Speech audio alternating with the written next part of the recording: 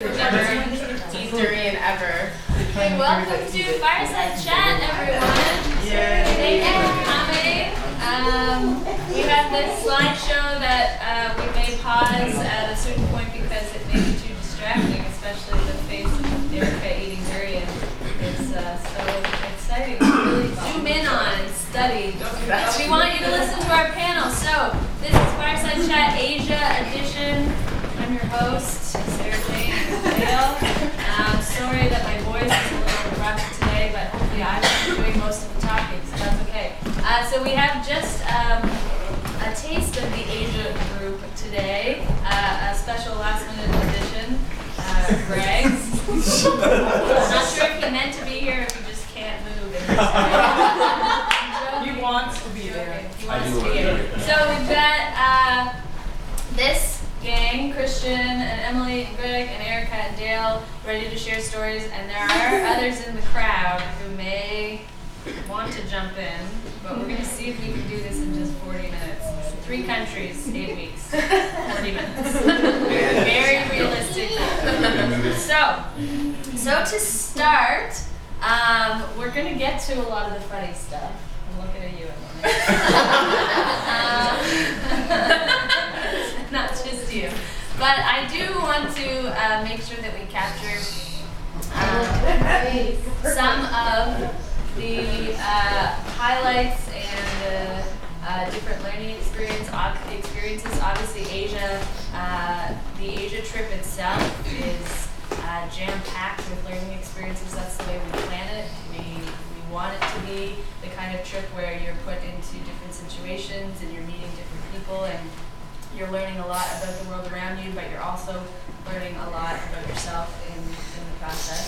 So, to start, what I would like to ask is just a quick highlight of the trip. So we went to Malaysia for about 10 days, we were in Philippines for a little over 2 weeks, and in Thailand for a little over 3 weeks. So keeping in mind that you will have more minutes to share longer stories, I just want to go down the panel quickly and hear a highlight that just comes to mind for each of you. So let's start with Christian. A highlight for the whole trip. Highlight of the whole trip. I know this is a big question, but let's just start here. The highlight. A highlight. A highlight. Doesn't have to be the big one, but one. I'd have to say the whole feeling of you're going to bed at the end of the day and you're absolutely exhausted, so you don't really take recognition of where you are, you just pass out. But then the feeling of waking up and then you're just I'm as furthest away from Canada as I could possibly be right now. It's just a weird concept every day morning waking up, you realize where you are. That's a really big highlight. Thanks. Probably Thailand. My homestay experience there was really amazing. My parents were awesome, and they just made me feel super welcome at my home, which just made the whole trip of Thailand so much better than it was. And also just getting to know my class so much better was an amazing experience because when we kind of left, we weren't that close, and now we're too close.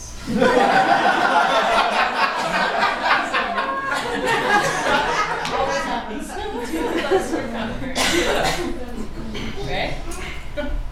Actually, that's a good one. I think my favorite part, definitely a highlight, was my homestay experience in the Philippines.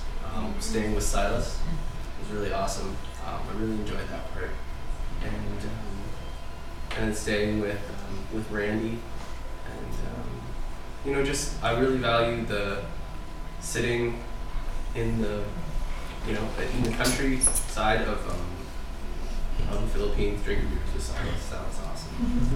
So he did more drinking than me. But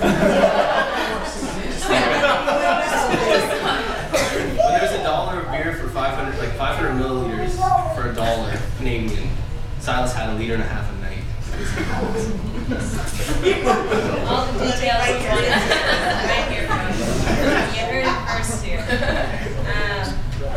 Erica. I think actually the number one highlight from my my entire trip was visiting the Sikh Gurdwara in Malaysia. So we went there, we visited 4 class at one point, but they had invited us back to go to their service. So a couple of the girls, like we got all dressed up, and when we walked in, they kind of gave us this look like, oh, what are these white girls doing here? And then, I don't know, there's just something about it. They were so inviting. It was the best thing I've ever done. It was amazing. I loved it. Okay, for me, I think one of the great highlights was village visits in each country, but in particularly my favorite one was in the Philippines. And just getting to go and see, we went and got to play, work with the kids at the school, and so we played games and sang songs and did stuff in the morning. Then in the afternoon they came out, like 2:30 in the afternoon, we played a basketball game. And that was like the best ever game, but it was like the most difficult and the warmest weather ever to play. And like Joe and I were the only ones who had ever played like some basketball, and so Christian, Greg, and Silas had just going hard. Greg's running on concrete, bare feet, jumping and falling, and it was just like the girls cheered us on as well. And the little kids there, they made a cheer, SS who, SS who was a cheer, and so they were busy going and cheering for Team Canada against Team Philippines, and we got destroyed, but that didn't matter. It was still very good. And then the girls afterwards played a basketball game, and I got to, or volleyball game. Sorry, they played a volleyball game. And so then I got to just sit. I was sitting there, and I had never sweated that much in my life. And I was sitting there stringing out my shirt. You went through 2 shirts. Maybe next But in the game, I had 2 shirts. But I went through and I wrung out my shirt because I was sweating so much, and then still sitting there watching them play volleyball and cheering with the little kids. It's too dark, but that one in the bottom, that's the guys after the game, and The black Dale attack holding shirt. his shirt he had to change out of because he was so sweaty. And so and then just we went swimming afterwards, and that was incredible. Like all the little kids, they watched the basketball game. We went to the school with them, then they came and went swimming with us, and we were just chilling, and that was pretty cool. And so that was one of my definite highlights of the trip. Thanks. I think a highlight for me on that note was seeing Dale fulfill, I think, his calling to teach children everywhere the wave. Children who did not speak English, and Dale was just the keenest. I think there's a quote in the quote book that he said, "My dream job is to just teach a stadium full of people how to cheer so that we can just crush the other team." Something along those lines. These kids were just mesmerized. Yeah. He was, after playing the most intense game of, as Christian coined it, tropical basketball, and Dale kept going. So yeah, perseverance. That was something. So along those lines, I thought we'd start with kind of in the way that SSU does the examine sort of our highs and our lows, because on a trip like this you have many highs, and after the fact, after we've all recovered from jet lag and various other ailments, okay, after everyone else except for me has recovered, you can remember a lot of the highlights, and it's a wonderful thing to celebrate. But I also think that a big part of this experience was, as Emily was talking about, this group learning about each other and becoming closer as a group of students, but now a group of friends, and for us as leaders, traveling with them, watching people deal with things not just on the good days, but the not so good days.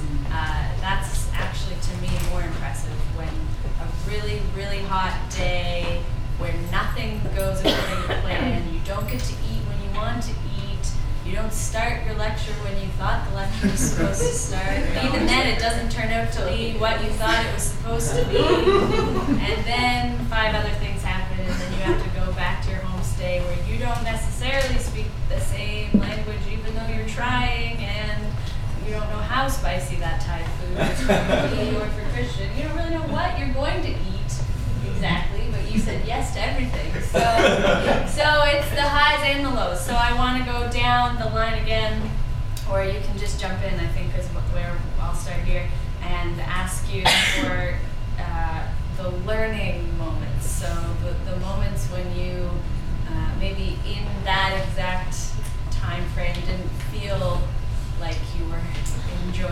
yourself, or like you were learning something, but after a little bit of reflection, you thought, at the time I didn't really like that, but something stuck out afterward, and there was something that was definitely beneficial and helped you grow. So for lack of a better term, we'll call this section challenges. But does anyone want to jump in? It's challenging. I can. Well, it was super challenging getting sick. The last 2 days of Malaysia and then having to travel to the Philippines dead. That was bad. And then like sitting in the clinic for like 2 days while there's just like ants crawling up the bed and you just can't do anything about it. You're just watching them. No. But it definitely, and then going into my Filipino homestay while I was sick, definitely like for me helped me grow a lot in many ways, because like my homestay mom and my house was really nice, but it was just like, you know, having to like take a bucket, shower, and like all this stuff while you were like super sick, and you just want to be comfortable like in your own home, in your own bed, but you're not, like you're in this kind of like strange place in the middle of the Philippines, and yeah, it's just like not having that comfort at that moment kind of definitely helped me in a lot of different ways to grow and helped me for the rest of my Philippines trip when I was expecting something more like nicer than we actually got. But I think the Philippines definitely helped me grow tons of ways. I think the biggest challenge for me was, especially when I was in Thailand, because I'd also gotten extremely sick. Sarah ended up having to take me to the hospital. It wasn't the worst part. The worst part is having to deal with stuff at home. And when there's stuff going on at home and there's nothing you can do about it, and you're trying to like fix things and make things work, and I don't know, it's so crazy because you just end up coming home a completely different person. Because I mean, like, yeah, it's such a strange thing. But I think, especially what happened to me, it really made me appreciate like who I had around me. It was like Shady was there for me, and Janelle was there for me, and like at that point, everyone was on a trip without me. Oh, and Emily was there for me too, but at that moment, no, everyone was on a trip without me, and I was like at the hotel by myself, watching Grey's Anatomy, being like, oh, I just want everyone to come back. This is not okay. So it really helped me like appreciate and learn how amazing the people are around me. I think for me, one of the challenges was just like recognizing just going into each different culture and it being different. I had sort of been reading through like about the Philippines and was sort of going through more of the readings, and then just getting hit by all these things that I was seeing, and just like a lot of looking at this poverty and security and just like all sorts of different things, and then just everything sort of pointing to that, going through the airport and then just there, and then seeing how actually poor places were, and it, like as I spent more time, it felt like it wasn't there, but like it was the initial shock, and so I had to like sort of come to grips with that and just embrace it as it was. And then later on, going into Thailand as well, seeing for myself that it was like just the whole going into a new place was more challenging, that just needing a couple of days to adapt, and sort of being aware afterwards, sort of after Thailand, being able to see that was a real struggle for me, was just kind of adapting and getting into a new space and going somewhere where we didn't necessarily go, because like the one day Greg wanted to go for a massage in Thailand and I need to eat as well too, and we're busy wandering across the city, and then we find, and no, I'm lost. I don't know where we're going. I generally we're all lost, and Joe's leading us. And he doesn't know where he's going. And we kind of got the map, and we're like looking, we don't know where we're going, and trucking across or walking across the city, and then we finally, and we're hungry as well too, which doesn't help. Angry. And ultimately we find the spot, and then we decide that it wasn't a nice place. So it was get there. It's like a tin roof place. We're like the one where it's like ex-convicts. Okay, you can get your massage done by an ex-convict. seriously. Awesome. It was on the sign. It was like 100 baht.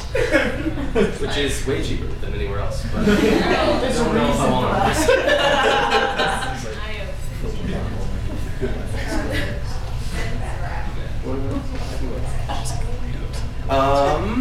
So large in part had really not a lot of physical ailments on the trip for me, but at one point I did sing karaoke from 6:30 in the evening until 11 at night. Sang like over 10 songs, and I was drinking at the time too, some beers, which wasn't good for my throat, and I ended up losing my voice for like 3 days. Like not.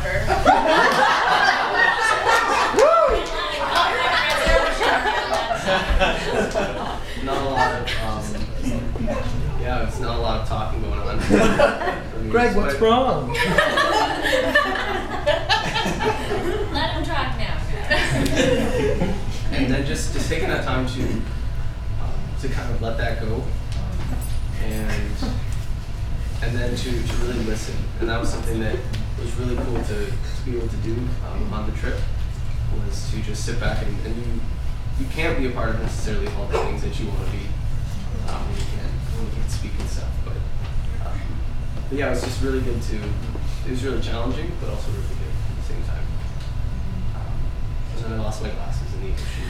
Oh, I meant to put that picture in. We have a last recorded shot of one day in the Philippines when we went to the sand dunes in the dune buggy. Everyone, I don't know why they thought we were so crazy, but anyway, our group jumps out of the dune buggies and everyone runs right into the water, and all of the guys driving the buggies are like, okay, well, we didn't think this was going to happen. I mean, we're Canadians. This is November. We are pumped to be in the ocean. But this gang underestimated the power of the ocean. Oh, I know. And anyway, Greg comes, and I have a picture of him walking right to my camera holding his glasses because he was going to give them to me, but then... No, I was going to give you my hat and my bandana, but I didn't think... I don't know why. He went down in the ocean, and the glasses went down with him, and Yeah. I never saw Got his hit like in the glasses shoulders again. with this wave. You just got knocked on my back, and the Yeah. glasses were gone. I got flipped over like 6 times. Right across the ocean floor. So then it was all in the period of about 10 minutes, then everybody gets back in the dune buggies like, they drive us back, and they were thinking, well, we didn't want you to go in the water in the first place. Those Canadians, I guess. We lost a lot of things. I remember even thinking, I won't lose my glasses. Yeah, I think it was Beth who said that was the day we all lost our dignity. Just to pause, not a video of that, but I think Dale It is actually related. It is related, so Dale's going to show a Daily Dale for us. And sort of I didn't really take pictures of anything, but I figured the best way was to take video because that's something you can enjoy a little bit and have some for afterwards. Is the sound on? Yeah. Oh shoot. The Daily Dales are the best. Come on, buddy. You have to... We are with the date. I have a Daily Dale on my phone. We are. I had like 4 until I smashed it against the We are with the Daily Dale. We got Joe Ockles here. You want to tell us about your sand duning experience, Joe? Oh yeah, it was pretty nice. Got some sand eyes. Up the sound, just like any other time. But the water, waves, deadly. Yeah. Do you have something to tell us about your experience? The water took something from you, Greg. Took my sight and gave you my voice back. Wow, ladies and gentlemen, Mr. Greg Sheasel did an amazing job at karaoke Thursday night. He lost his voice, but now he has it back from the ocean. Have a great day. We'll talk with you later.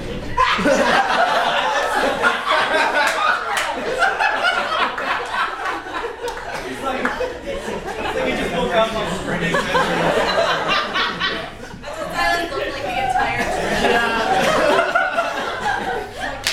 For future reference, I think maybe a special interest group could be a Daily Dale night where we get together, because Dale, another calling of his is narrating and hosting video conversations. Oh yeah. He could interview a cat killer and it would be interesting. And he'd answer, yeah. He could tell you what that caterpillar was thinking. Okay, well we don't want to leave the lineup without Christian getting to share his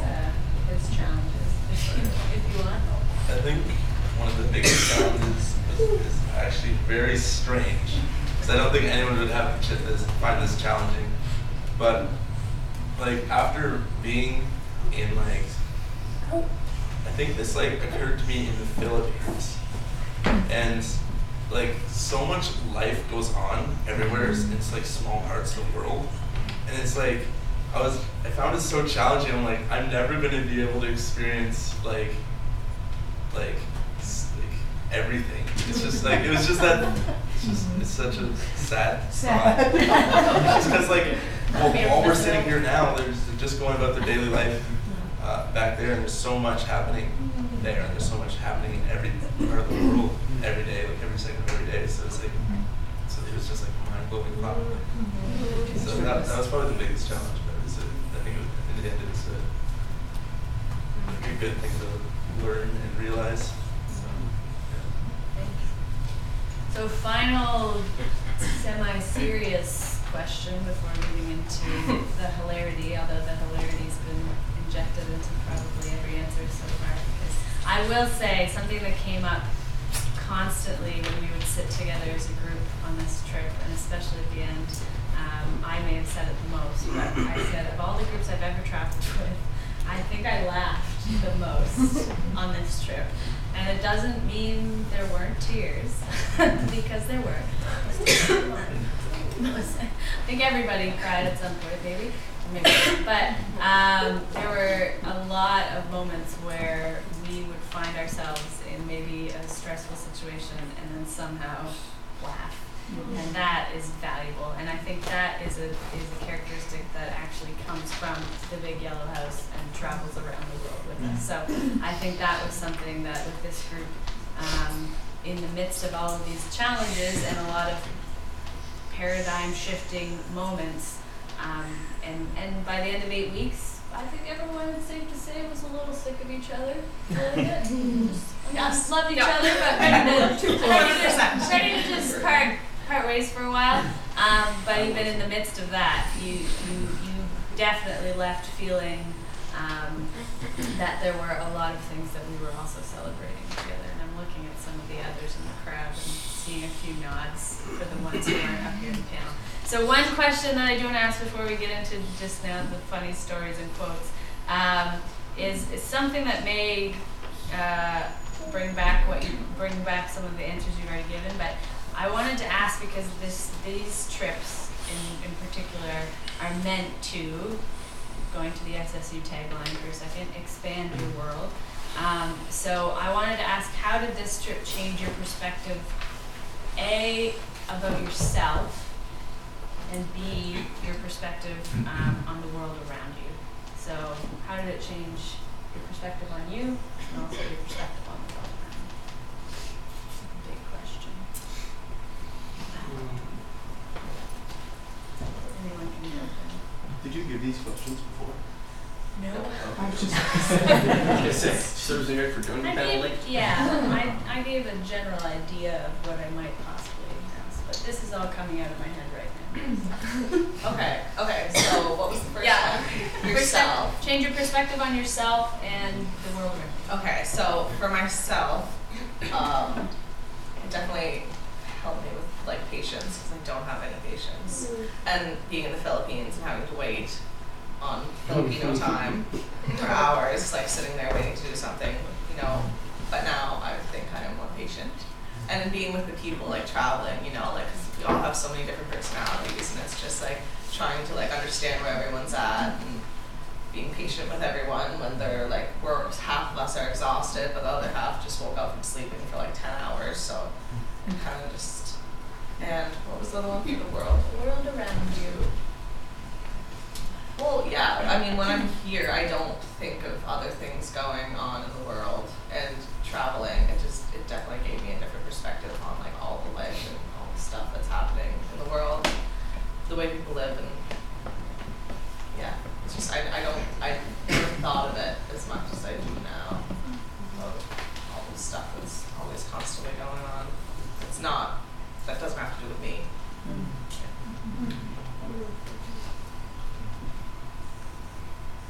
I think for me, looking at how how it changed my perspective. Going into it, I was pretty nervous because I'm a pretty independent person. Like I've traveled in groups, but never in something so big before. Like I would rather strap a backpack on and go travel myself.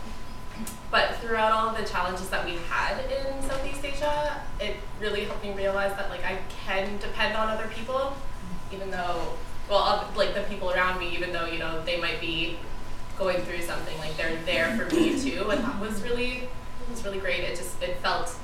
It gave me this like really strong sense of community that obviously stems like from being at SSU, which was kind of like the first time I've really experienced that, and that's I think one of the biggest things that changed me when I was on the trip. But another thing, like looking from like a big like world perspective and a world view, is thinking that, especially when we went to some of the villages and stuff like that, and just the daily lives of these people, like I really realized like it is super typical, like how fortunate I was, but how much more resilient that these people are. Because I mean, like they're like, for the most part, you can tell that their just standard of happiness was so much higher than ours. I mean, not like we're not happy and things like that, but you could really tell that they just like had this like genuine happiness inside them, especially when we were in the Philippines, because you could tell that they're in a lot less than we did, but they were just so happy that we were there, and like to have us around, it was one of the greatest gifts, like one of the greatest joys for them. And yeah, I feel like that was something that I really learned, that there's just so many people out there who can show us like these different things, and it kind of just like helps ground you a little bit more.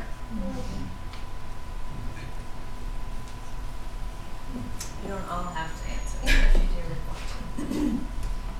Yeah.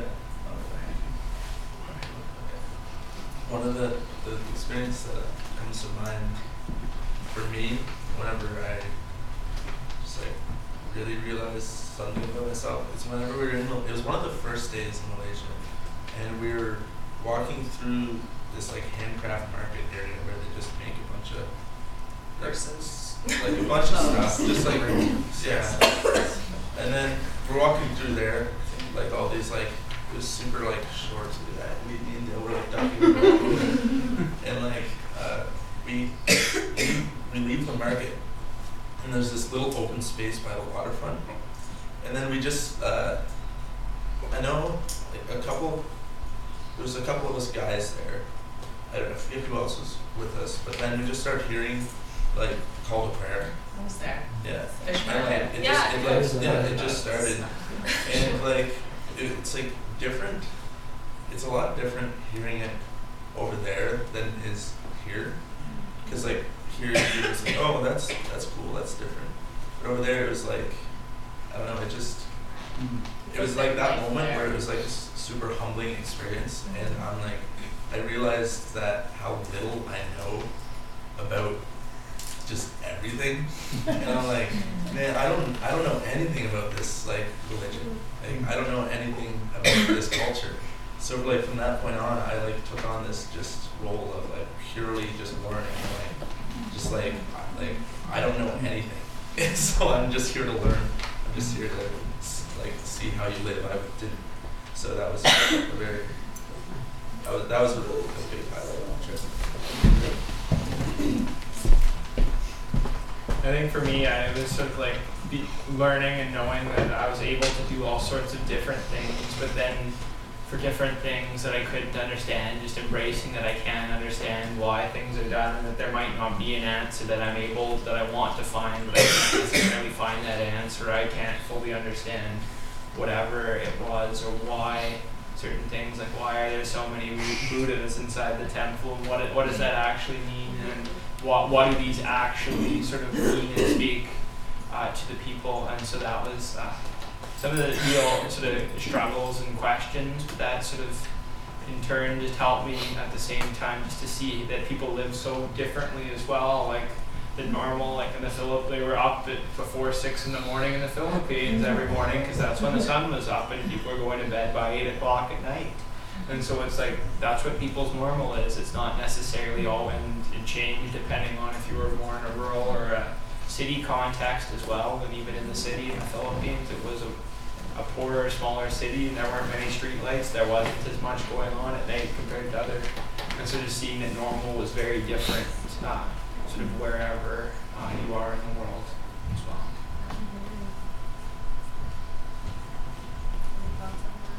Yeah. I think one of the biggest growth, I guess, parts that happened in like changing perspective for me was understanding that I could go anywhere and talk to anyone. I knew that before, but I mean, it was more about like in terms of their religion. I think was something that that even happened on our Asia prep was when we went to the mosque in St. John's. And like how I was struck by that, and how going to a mosque in Malaysia, hearing the call to prayer there, and just totally being struck by that, and then talking to the monks in Thailand, and seeing the different kinds of Christianity in the Philippines and stuff like that, and it just changed. It changed something in me. You go and you experience that, and you know what happens to other places, but when you go there. And now I know that, I actually have some talking points and some common ground that I could talk to people about, and have some experience in that regard. And it's not just something hypothetical that I read about on the internet, about these different religions. So that was huge growth in my own perspective. And the way that I view the world, I guess along the same lines, is that you find humanity everywhere. And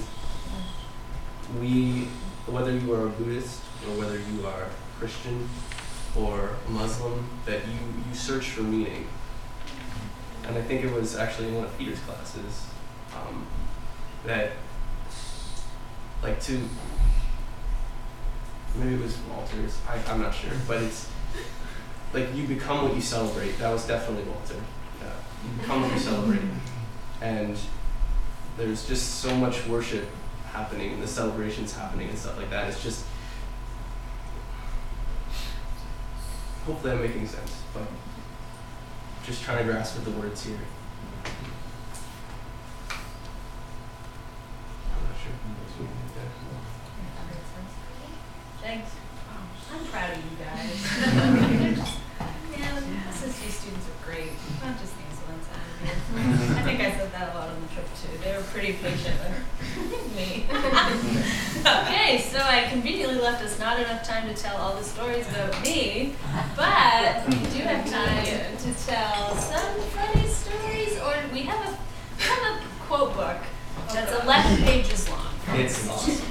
And even that is cut down because I told Shady there were certain things that weren't allowed to go. What? Well, sorry. I vetoed some of those things. But, but I thought now, like I said, we laughed a lot. We were tired a lot. We did some really long flights. I think when we rolled into St. John, is that where we flew into St. John? Allie and I got off the plane and I was like, well, okay. It's been 8 weeks. See you later. We got to on Canadian soil and I said, I don't care what you do now, but I'm no longer in charge. So I'm going to try to fall asleep as soon as I possibly can. But for the 8 weeks before that, I was pretty with it. And some funny things happened. And what do you guys want to share in terms of funny stories?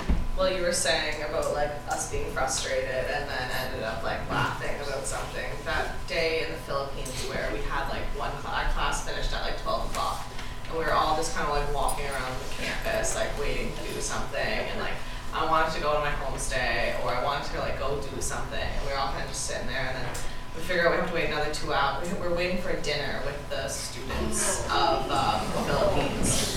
And it was just like, we were supposed to do this at the start of our Philippines trip, and we didn't end up doing it until like the second last day, or was it the second last day. The night before, like our last day, so like I kind of wanted to go home and spend it with my homestay family. And anyways, I was just like, so frustrated the whole time, and then like, figure out we have to wait another 2 hours, so it was like from 12 to like 6 or something. We were just like sitting there like trying to figure out stuff to do. And we're all just super frustrated. And then we finally get called in, and we walk into this big gymnasium, and like the announcer is this like most like flamboyant man, like so like energetic, and he's just like, "Hello, SSU students, like welcome to the Philippines." And it's just like, oh, as soon as I sat down, I was just like, yeah, this is okay. Oh, it was just like so. Oh. Anyways, all the students were super nice. They had this like these activities set out for us, where like we all had to wear skirts. So, like, every day is school, and then there's That was our uniform. No, that was our tied together. There was an activity, and then they all had to wear skirts. Anyways, the fact thing was, the activities that they had for us was, like, jumping over these, like this rope. I thought it was gonna be a limbo contest. Yeah! Yeah! Like, this high, and they were like, okay, come on, jump, and we're all just like, okay. And yeah. Who ripped their skirts? And Lucinda she was determined she could Yeah, but Lucinda was She really was upset. so mad she couldn't. Just that she couldn't do anything in that skirt. We thought, My team ended up winning. Yeah, we did. do we leave them with an Buckets. inappropriate memory of us, or do we forego this opportunity to win a contest? But we had a lot of fun that night. Mhm. And like just thinking about going into like my attitude going into it and then leaving, I was smiling the whole time. And all the students were just so nice. They like, were, so yeah. eager to meet us, like hang out with us, and yeah. I was happy to be done after that. I was ready to leave the Philippines for sure. Any other funny memories that stand out? Oh, there's so The many. last- I know there are so many. How much time do we have? We only have like 3, maybe 4 minutes. Right now. I think one that was really fun was I think Silas came up with the term bearded Joe and the Borneo Boys. Yeah. And so each country, us guys, we actually got to stay together for a little bit, at least together. And so when we stayed in Adams, that was enjoyable because we had like this giant room. There were 3 different beds in it. Silas wasn't feeling well at all for part of the trip, and so that was No. It's a That bad wasn't day. he was struggling, but it was like so he's almost dying on the bed at the same time. But he's sitting on his bed dying, and then eventually we kind of make it out, and then we end up with somehow we see a rat. We either hear rats or something. Oh, I heard one. We heard You guys left to go swimming, and I was stuck in bed, and I kept hearing like just this scratching, and I was like, oh no, like I'm sick and dying and alone, and now there's rats. Okay, I was just over it. And then you guys didn't believe me, but then you heard it. So. And then we heard it, and then so eventually that first night, Greg was gonna sleep with his head in the corner with the walls, but you could hear him scratching on And the like walls. moving on, I was like, nope. So he turn said around, had his slept head the out in the direction. middle of the bed. Yeah, you slept with your head out in the middle of the room. That way the rats are the farthest away from you. Put the earplugs in, the face mask on, and And so that night we're busy eating supper, and that was an amazing supper. We had deep fried frog and all sorts of different things that we did. They were really good. And so, but Silas, he comes out and we said we're gonna call the rats bogeys. That way you don't get too excited about it, and then that way they don't know what we're doing and whatever. And so Christian just I went to the room. I think I was in the bathroom or something. And he came back, it's like, boys, we got a bogey! And so they all jump off the table and run in, and so we got the blunt stones ready to kill. Greg's got his frisbee kind of like, and he's like ready to rip it at a rat that comes out. And we're scared at the same time, you're busy digging behind, trying to look, but you don't really want one to come out either. It's kind of like, we're gonna hunt for one, but it's like, we didn't never see them, or we didn't never actually get a chance to kill them. Definitely. The pretty effort was crazy, there. so. There was a few screams. yeah, there's. No, it's hard to remember. Any other highlights from the bunch, from the crowd?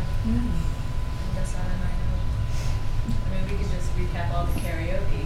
Oh my gosh. We don't want to break his voice again. We sang Love on Top in every single country that we went to. Yeah, Beyonce. About traveled 10 times. fast. A million times, actually. Yeah. I can't listen to that song now. But Yeah. There's the golf cart experience. That was really fun too. What? Me and Dell were alone in the city, and we had like 3 hours to kill. So Dale's like, what do you want to do? I'm like, do you want to go to the zoo? He's like, yeah, let's go to the zoo. So we ended up renting a golf cart. And then we go and see all the animals and stuff, and we're like, yeah, this is really sweet. Like, the animals were crazy. Like, there's so many animals I've never seen before. And then Dale fed a jaguar. That was pretty cool. But we ended up having like an hour and a half left. They were like, do you want to go see the animals again? And Dale's like, no, let's just do laps. So we just took turns driving as fast as we could around in this golf cart. And they gave us one of the faster ones. They're like, this is one of the faster ones, so make sure you drive slow. We were flooring it the whole time. That was a great experience. We almost tipped it.